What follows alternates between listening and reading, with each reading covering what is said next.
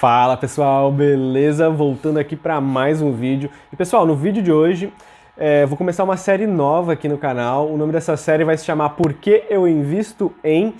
E basicamente eu vou explicar para vocês qual que foi o meu processo de tomada de decisão nos investimentos, tá? Então eu vou apresentar para vocês diversas empresas que eu, Matheus, invisto e, se possível, né, também te ajudar no processo, no seu processo de tomada de decisão nos investimentos. Lembrando que isso aqui não é uma recomendação de investimento, né? As empresas que eu vou apresentar se adequam ao meu perfil de investidor, eu não sei qual é o seu perfil de investidor, então não utilize esse vídeo para tomar a sua decisão de investimento. Sugiro você que faça a sua própria pesquisa de investimento. Beleza? Bom, e esse quadro ele vai ser uma série aí onde eu apresento em poucos minutos o meu processo de tomada de decisão. Bom, antes de eu começar a falar na Energias do Brasil, por que eu tomei a decisão de investir nessa empresa, eu queria te dar alguns dados sobre a empresa, tá? Bom, e o primeiro dado que eu queria te dar é referente ao ano de fundação. A empresa foi fundada em 1996, né? Então, relativamente comparando com outras empresas de energia elétrica aqui no Brasil, a EDP é relativamente mais nova, né? Um pouco mais nova do que as outras empresas. Então, 1996 é o ano de fundação dessa empresa aqui no Brasil. Por que eu tô falando aqui no Brasil? Porque essa empresa ela tem um braço internacional, né? Tem a EDP Espanha e a EDP Portugal também, que são duas subsidiárias bem grandes dessa empresa, né? E daí isso traz a gente para o próximo quadro, para a próxima informação, que é o quadro acionário dessa empresa. Vocês podem ver aí na tela de vocês que 30% dessa empresa, quem comanda ela é a EDP, o braço espanhol, e o braço português corresponde a 24% das ações ordinárias, né? Ou seja, somando essas duas empresas aí, EDP Espanha e EDP Portugal, já temos aí 54% das ações ordinárias sob controle dessas duas únicas empresas, beleza? Eu trouxe uma terceira empresa aí chamada 3G Radar, que para quem não sabe, pertence aí à 3G Capital, né?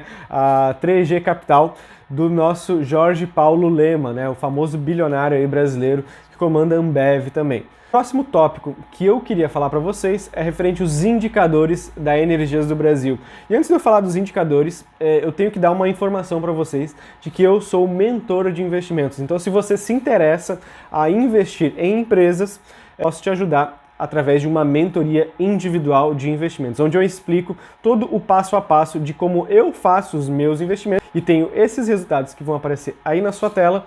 Vocês podem ver que eu tenho aí uma performance de longo prazo, aí já tenho mais de 3 anos aí de amostragem dos meus investimentos e superam aí de longe o Ibovespa, superam de longe o CDI, beleza? Bom, e vamos começar aí, vamos falar um pouco dos indicadores da Energias do Brasil, né, EDP Brasil.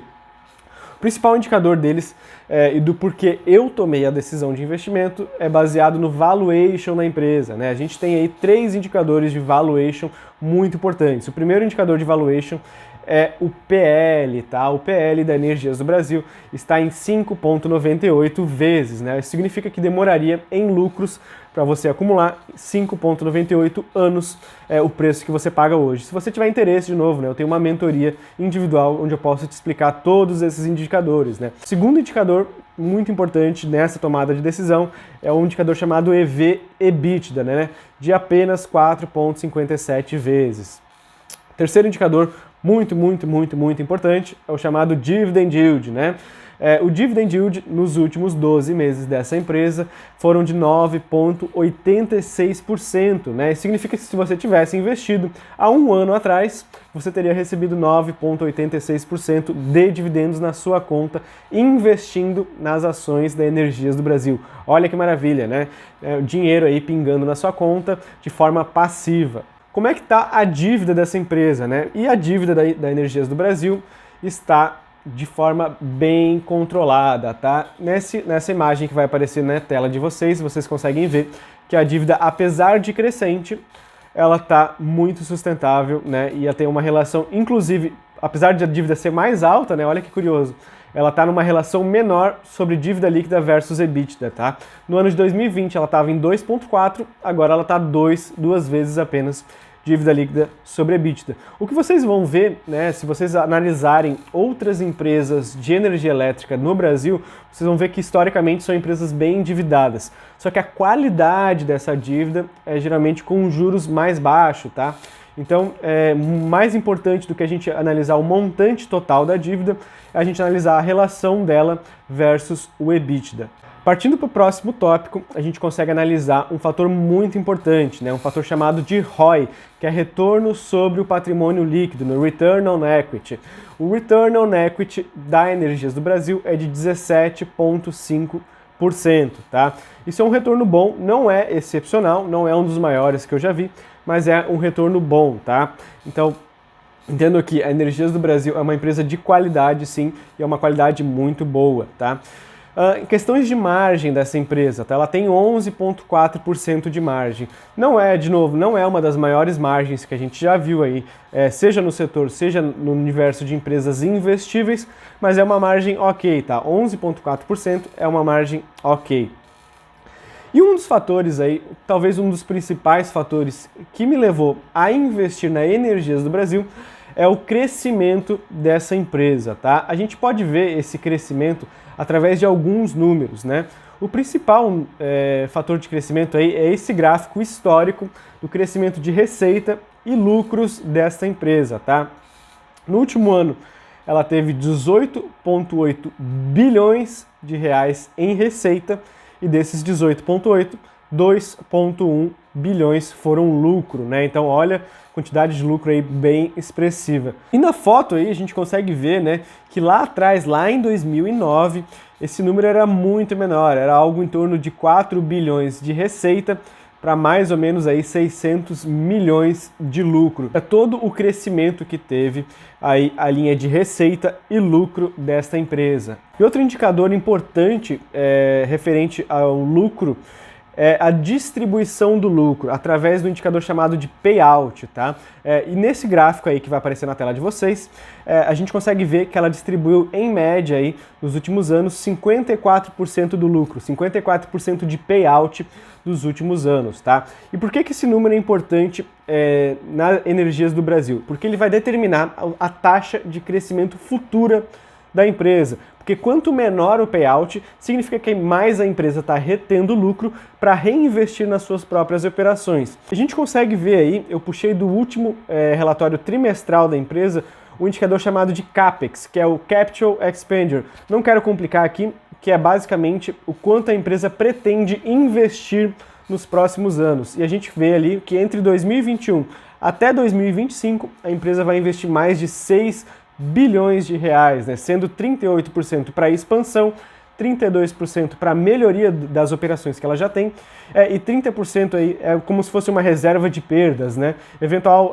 crise hídrica, alguma coisa nesse sentido. Então a gente vê que a empresa vai investir bastante daqui para frente, tá? Queria só dar um cenário um pouco mais macro de como é que funciona a operação da empresa, né?